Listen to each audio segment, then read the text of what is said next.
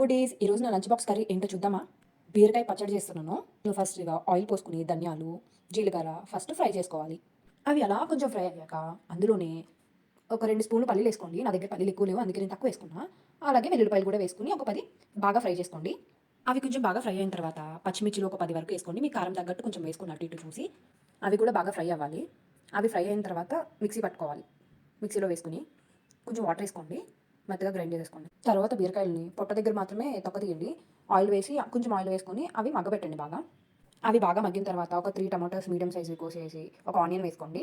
అందులోనే పసుపు ఉప్పు కూడా వేసేసుకొని మూత పెట్టేసేయండి. అటు ఇటు కలిపి 2 to 3 మినిట్స్ ఉంచి తర్వాత చూసిన తర్వాత నిమ్మకాయ సైజు ఉన్న చింతపండుని వేసి అటు ఇటు కలిపి మళ్ళీ మూత పెట్టుకోండి.